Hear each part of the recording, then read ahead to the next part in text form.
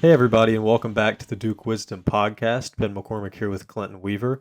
A good weekend to be a Duke fan, as Clinton just said to me. Duke basketball with a win over number 17 at number 17 Arizona, and then Duke football with its eighth win of the season to improve to 8-3 with a win over Virginia Tech, and a little bit closer of a battle there than the basketball team. But let's start with basketball.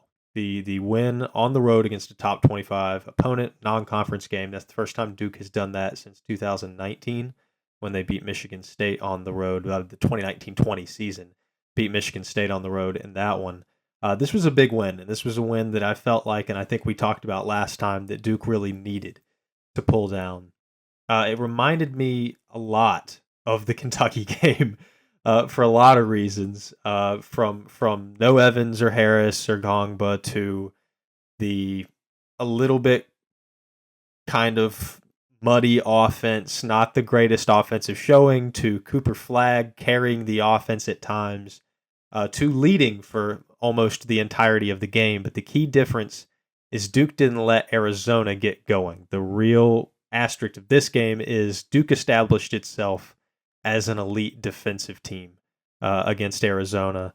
And that is something that you can be really happy about. I think that Duke can only put up 69 points at number 17 Arizona and still come away with a 14-point victory. Clinton, what can you talk about from that defense and what you saw from these young Blue Devils? Well, yeah, we're the number one rated team according to KenPom now in terms of defensive efficiency, and you can't do any better than that. And the things we were concerned about, we out rebounded them plus 13. They were supposed to be really strong in rebounding. That did not happen, and held them to 6 out of 23 from 3-point land. So yes, I smell a team built on defense, which has really been the case every year for John Shire's teams, I think. But to hold Arizona to 55 in their place, 40 below their average, quite an achievement.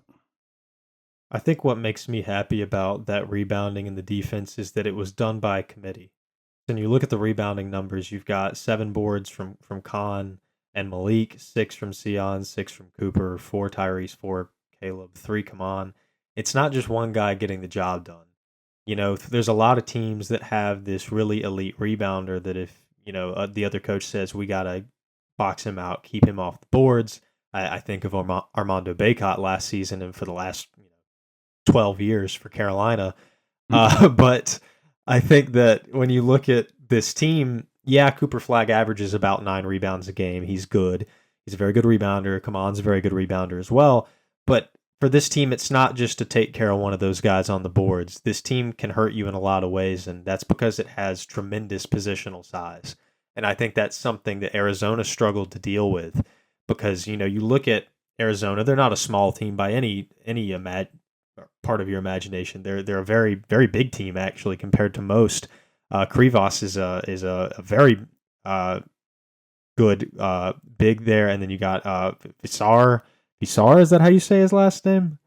I think so. Anyway, but he's they got big guys, and but Kaman Malawach, while he might not have the muscular frame yet, is just as tall as those guys, and so he can compete with them in the interior, make life difficult for them. I think a lot of teams have to pull over hard doubles on those guys consistently. Duke didn't have to do that. They did put some soft doubles out on occasion, but Kaman was able to be a defensive presence even when he wasn't directly blocking shots. I think that Arizona's guards, especially, who are normally a little bit bigger than other guards, struggled to go up against Tyrese Proctor, Caleb Foster, Sion James particularly. And you saw that in some of the guard numbers for some of the Arizona guards, certainly not all of them. Jaden Bradley still had a solid game, 18 points on 50% shooting. But the one that really did struggle, reigning Pac-12 Player of the Year and Duke basketball fan favorite Caleb Love, who had a perhaps his worst outing against Duke, or at least right up there with it. 1 of 9 from 3, 3 of 13 from the floor. It felt like literally every time he shot the ball, I was like, yeah, okay, you go ahead and do that, Caleb, because that was the preferred way for Arizona to end a possession. I couldn't have picked a better way for Caleb to have gone out. Last week we said it, in home games, Caleb Love does not perform against Duke, and he followed suit with that trend. There's no doubt about it. Glad to see him with 3 turnovers, 2 air balls. Really typical Caleb Love stuff. I mean, I don't really know what other people are seeing, but I'm seeing a guy who, is going to be playing somewhere overseas next year. It's, he just he doesn't have the game. He's not a defensive player on the other end of the court. I just don't get it. What is it about Caleb Love? So happy to beat him. Maybe we'll see him one more time in the tournament. But yeah, he was typical Caleb Love, just jacking up ill-advised shots and playing hero ball and really helping Duke a lot in the process. Yeah, I really hope they don't see him in the tournament because, like I said, you never want to play too much. I guess you don't want to gamble with Caleb Love. I'll put it that way because he is a terribly inefficient player usually, but it seems like in those big moments when he plays against Duke, he just decides to throw out all precedent and go, yeah, I'm just going to hit every single thing today. That's what's going to happen. And so I don't want to see him in the tournament because I think Duke is clearly a better team than Arizona, and I'd hate to go against a guy who's capable of just having a completely ridiculous off the rails game for no reason and have that be a reason why you might lose. But I'm proud that they were able to get this win. I think they established they were clearly the better team than Arizona, and I think that they were able to really turn a new leaf from that Kentucky game. I think John Shire looked pretty intense coaching on the sidelines. I think this is a game he really, really wanted. Talk to me a little bit about what kind of job you think John did. Did you think he did an improved job against Kentucky, or do you think it was just kind of Duke ended up playing better? It wasn't necessarily a coaching thing. Well, obviously we did better going 9 out of 25 from 3. I thought we were a little shaky out of the gate like we were against Kentucky, but then we steadied ourselves and took the lead. And throughout most of the game, it was a pretty comfortable lead. I think they got it down, Kentucky did, to 6 at one point in the second half. But Duke had an answer every time. Of course, Cooper Flagg was the answer, making every shot for the entire team from the 12:30 mark to the 5:40 mark. But then Kahn hit several key threes, and every time it looked like Arizona might creep closer, Duke had an answer. So that was fundamentally different from, obviously, the way things went against Kentucky. We were able to hit enough shots. We only had 3 players scoring in the second half, Flagg, Knipple, and Caleb Foster. So that's a little bit concerning that we didn't spread it around more than that. But I think we took a big step forward overall. And, I feel good now about our chances going into the next one. Yeah, I'm glad you mentioned Kahn because there was a good stretch of this game where I was a little concerned that Kahn just wasn't going to really do anything.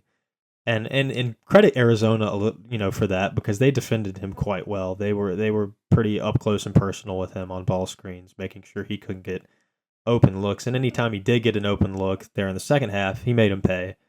So I'm glad that he was able to find a way, and despite those misses, despite the struggles, that he remained a confident shooter. And I think that was a really good sign for him. And then kind of on the opposite side of that, you have Tyrese Proctor, who once again started the game really well, very similar to how he did against Kentucky. Now, he didn't end the game with the same, encouraging shooting splits that he had against Kentucky. He was only 3 of 11 from the floor, 2 of 7 from 3. I still think he played a pretty good game. But I hate that he has once again disappeared into the background in a big game in the second half. What do you think Duke needs to do to make Tyrese either feel confident or just kind of force him to be involved offensively? Yeah, so it has been a little bit Jekyll and Hyde with Tyrese, and he had a backdoor layup that he blew. He didn't make the two technical foul shots, and the backcourt in general. It's not just Tyrese, but Caleb Foster didn't have a really great game either. The two of them together were 5 out of 17 from the floor. And so I think there's a little bit of controversy brewing there, not about Tyrese, but about Caleb, because Sion James came in and really was a force to be reckoned with. It was a grown man's game out there, and Sion showed that he was a grown man who belonged on the floor, as did Malik Brown. So I'm not so worried about Tyrese. Yeah, I'd like to see him make the bunnies and make the free throws and things like that. But I'm frankly more concerned about Caleb Foster at this point than I am about Tyrese Proctor. Want to join a community of Duke accounts publishing news, theories, and predictions on Duke athletics? Join the Duke Wisdom Network. Just go to dukewisdom.org/join network today and fill out the form with your name and social media. Or you can DM at Duke_Wisdom on Twitter or Instagram. Become a part of the community of Duke fans publishing their takes today. Again, that's dukewisdom.org/join network to DM at Duke_Wisdom on Twitter or Instagram. Well, I'm glad you mentioned that, and I'm glad you brought up the Sion James comparison, because that's actually something I was thinking about after the game on Friday night that I've been thinking about since is, would Duke be better off starting Sion James rather than Caleb Foster? I want to get your thoughts on that. What do you think about that? Well, yeah, I don't think we would be. I like Sion off the bench. It's working, Yes, Caleb is struggling, but I would be a little concerned about yanking him to the bench. That's not going to help his confidence. He's doing a good job overall managing the team, running the team. I think he's maybe a little fragile right now. He did hit a three-pointer that was important against Arizona. I kind of want to nurture his confidence right now and make sure he doesn't, just go 180 degrees the wrong way here. And I still like Sion coming off the bench. He's really strong off the bench. I think that with Caleb, people need to maybe taper the expectations. I think to a much lesser degree, we're seeing a very similar situation that we saw with Tyrese Proctor. I think a lot of people last year were like, Tyrese Proctor is going to be an All-American, first-round draft pick, not even just first round, but lottery pick is what they thought. And he fell very much short of that. He improved from freshman to sophomore year, but he didn't improve that much, or not nearly as much as people would have liked, I think. And while the expectations weren't set nearly as high for Caleb Foster, nobody's talking about him as a lottery pick, nobody's talking about him as an All-American, I think the expectations were pretty high for some people. There were a lot of people who thought, this guy's our third best player. This guy is potentially better than Tyrese Proctor even. I think at this point, I maintain that Tyrese has been a far more valuable player thus far in the season, with his own struggles, of course. But for Caleb, I think taper your expectations. His sophomore jump's just not going to be what some people wanted it to be. I think he's going to, by the end of the year, he'll work through this, and he'll end up still showing a lot of improvement from freshman to sophomore season. But I think a lot of the big jump you're going to see career-wise for Caleb Foster is as a junior. Next year, he'll have a lot of responsibility, I think, in that backcourt, especially if Tyrese is where I think he'll be next year, that is the NBA. Then Caleb's role will increase a lot as a junior. I think this year he needs to be a facilitator. He needs to hang on to the ball, make good decisions. There were a couple times where I was getting upset with him because he made a young decision with the ball as a point guard. So I'd like to see him improve with that. I'd like to see him improve as a distributor, because 0 assists just can't, like, that can't happen as the primary facilitator on the floor. And so he gets better at those things. He hasn't been the primary point guard at all times. Now he is. So I'd like to see him improve in certain areas, but I think he'll get there. I agree with you. That was my long-winded way of getting to the fact that I agree with you. I think that Caleb Foster should remain in the starting lineup because I think Sion James is valuable off the bench. First of all, that John is using him as a backup point guard for Caleb so he can run the second unit offensively. And that way you don't have to lean on Tyrese to do that because it's clear that John wants to play Tyrese off ball. And so Sion gets to run the second unit offensively, and then that gives you a guy off the bench that you're confident in offensively. I don't think so far I have a ton of confidence in Mason Gillis to score the basketball, and I know I don't have confidence in Malik Brown to score the basketball, not because he can't, but because he just won't. He's putting up 2 points a game, and so that's just not going to cut it.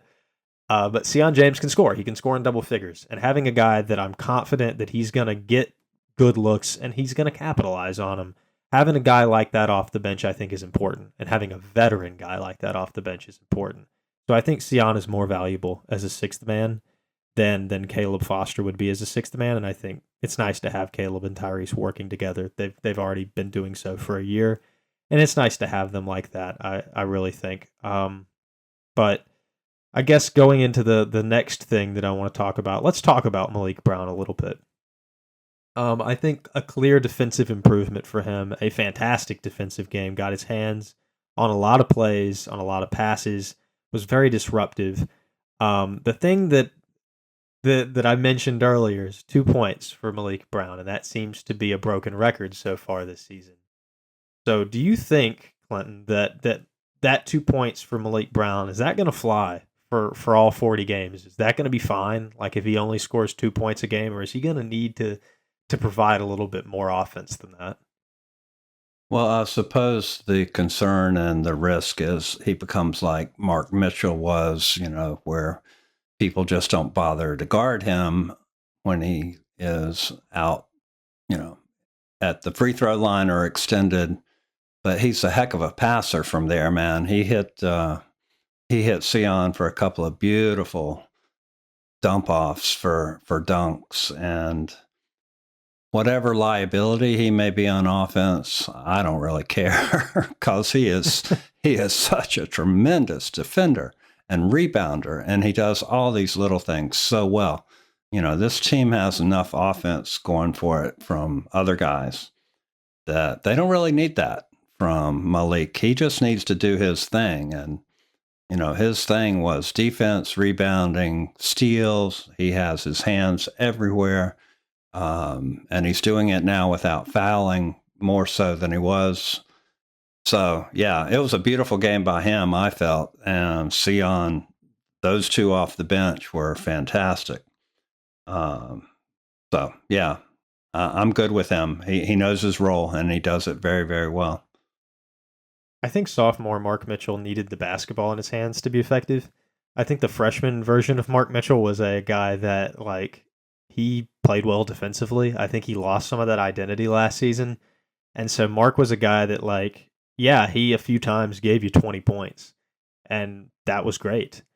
But he did that in games that, he needed to, and nothing else was working. And I kind of view Malik Brown as a similar guy. He scored 26 points against Duke last year. Obviously, he's capable of doing that.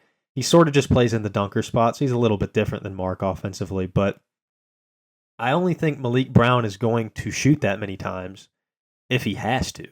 I think he's going to do that as a last resort. I think he's a very efficient offensive player when he shoots the ball. He just doesn't. And I think that's because he doesn't need to. And that might be a good thing, that he doesn't need to shoot the ball, because that means that Duke is finding points in other places. But I don't think that means that Duke's offense has already hit the level where I'm comfortable with it. There are a lot of times where Duke's offense gets a little stagnant, and we've seen that in years past, where they rely a little bit, maybe too much, on isolation play from Cooper Flagg and Con Knipple, and I think that's where you lack the involvement of Tyrese Proctor. You lack a little bit more of an involvement from Kaman Malawach that I would like to see more of.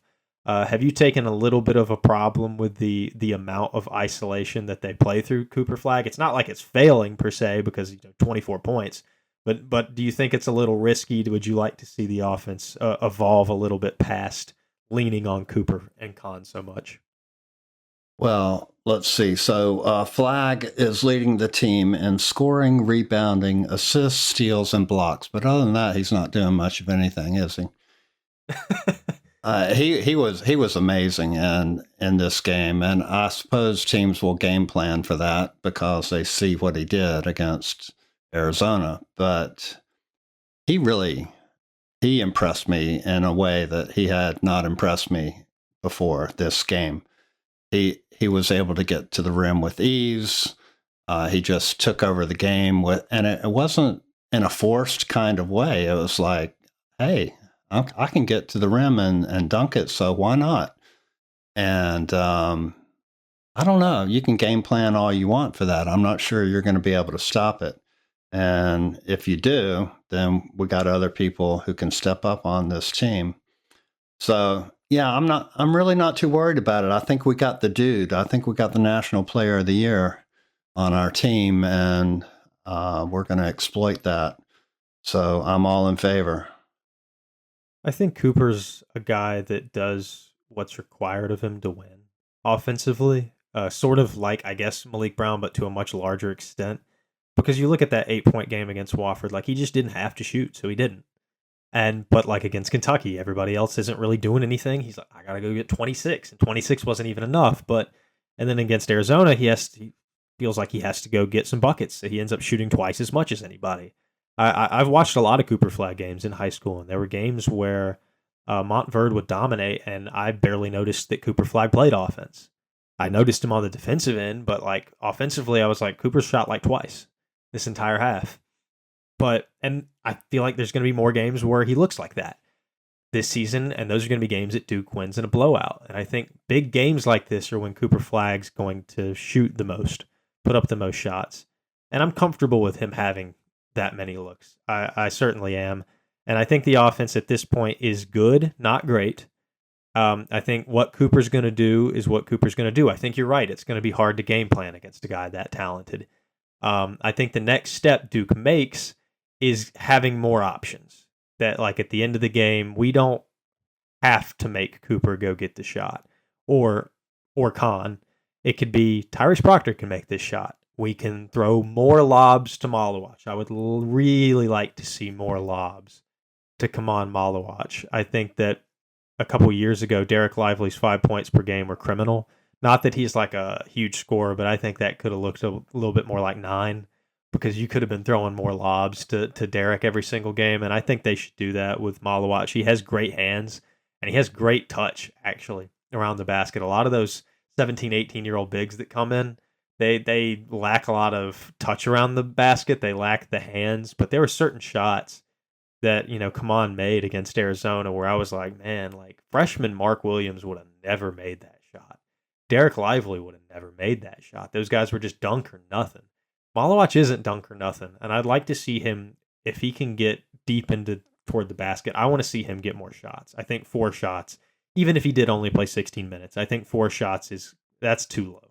That he needs more shots than that. We're talking about a projected top 10 pick there. Do you think that, are you concerned, I guess, about the amount of involvement that Kaman has in the offense so far? I have concern about how many minutes he's on the floor because, he keeps going out, but he's shooting 77% from the field. He is averaging 9 points per game, so he is ahead of the pace of Derek Lively. He made a 3, which I don't think Lively did his entire Duke career.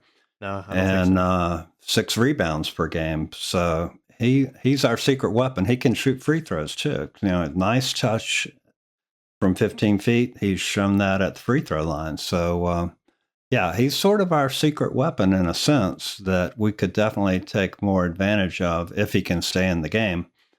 Definitely liked what I saw out of him against Arizona. Yeah.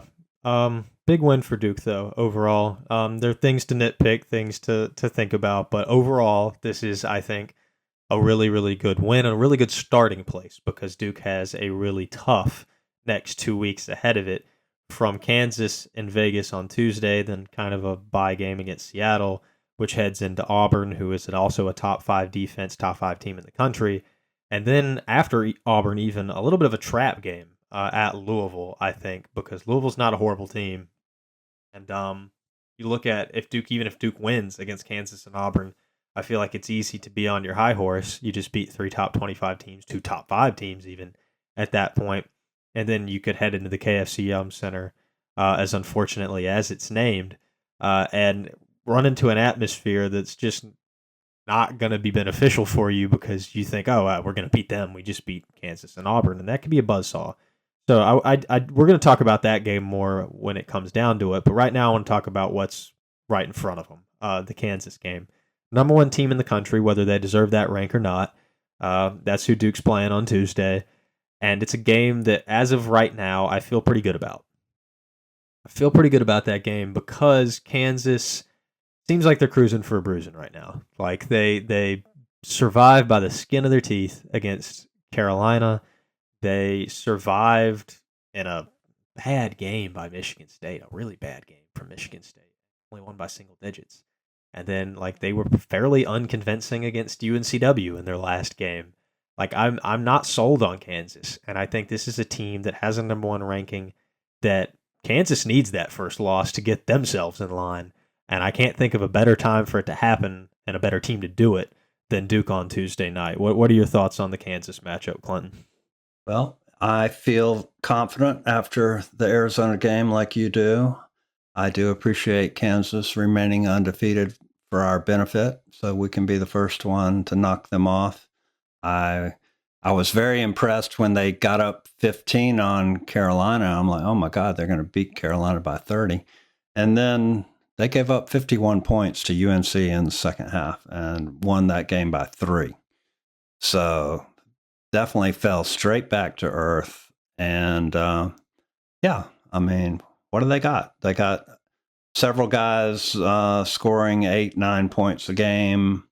They got Hunter Dickinson. I feel like we can handle him in the middle. You know, you were talking about a one-man rebounding team. He seems to be the dude, you know, at double digits on rebounds and close to 18 points per game, but he doesn't scare me at all. I think he's overrated.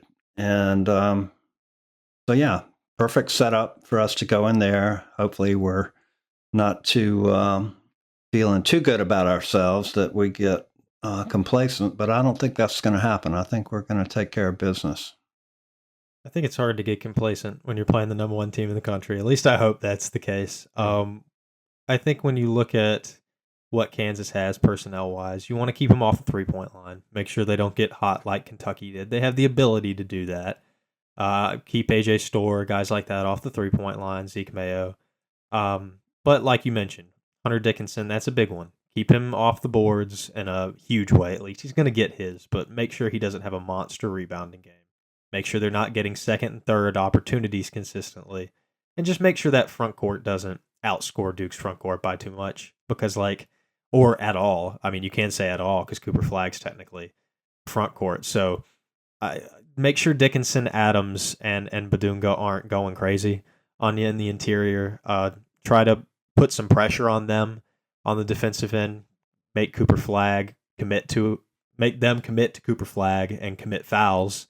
That's a good way of putting a lot of pressure on their front court and forcing their backcourt to win the game.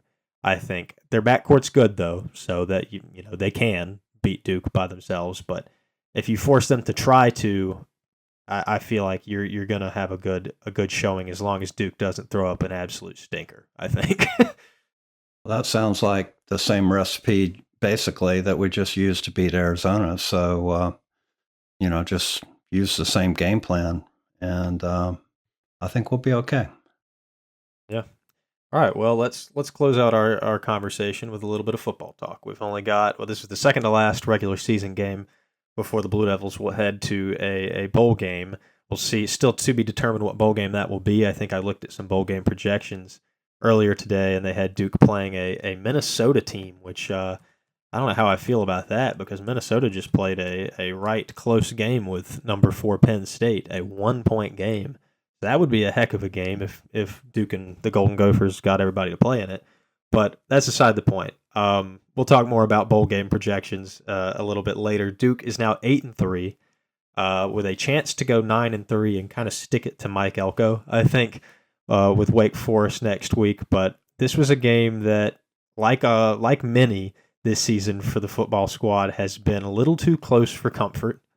But instead of dropping it at the very end there, like they did against Georgia Tech or like they did with SMU, they were able to pull this one out.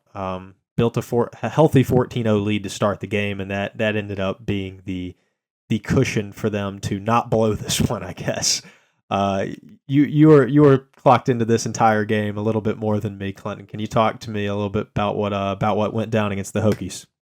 Yeah, it was kind of a crazy game. So first of all, you mentioned Texas A&M. Yes, they're 8-3 with Texas coming up, and we're 8-3 with Wake Forest coming up. So I like our chances of maybe finishing with a better record than old Mikey Boy. And also, you mentioned Minnesota. UNC beat Minnesota first game of the year. Yeah, how crazy is that? Right, considering how they turned out. But anyway, the Virginia Tech game, yeah, we got out to a sizzling start. First play of the game, 86-yard TD pass to Pankel. And then 3 plays later, a 77-yard pass to Pankel. And all of a sudden, we're up 14-0. And apparently, we didn't know what to do with that because we gave it all right back. And at one point, trailed 17-14.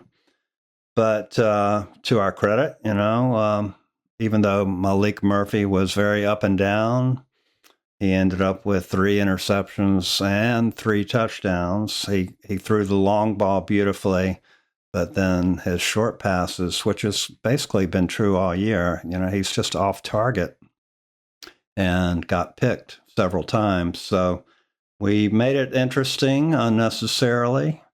It was even reminiscent of the SMU game in the sense that we were hanging on to a 3-point lead at the end. We got the ball down inside the 20, and, instead of having a blocked field goal, we fumbled and gave it right back to Virginia Tech, gave them one final chance to try and win the game, but ultimately didn't happen. So, we were outplayed in some significant ways, outrushed 190 yards to 64. We gave up the ball 4 times compared to Virginia Tech's 2 turnovers. And yet, we won the game. And I guess, that's going to happen sometimes. I'd definitely rather win them than lose them. And Malik became the all-time passing leader for Duke or all-time TD passing leader for Duke for a single season, surpassing Anthony Delweg from the days gone by. So you got to say, even despite the mistakes that he's been making, he's had a really good first year.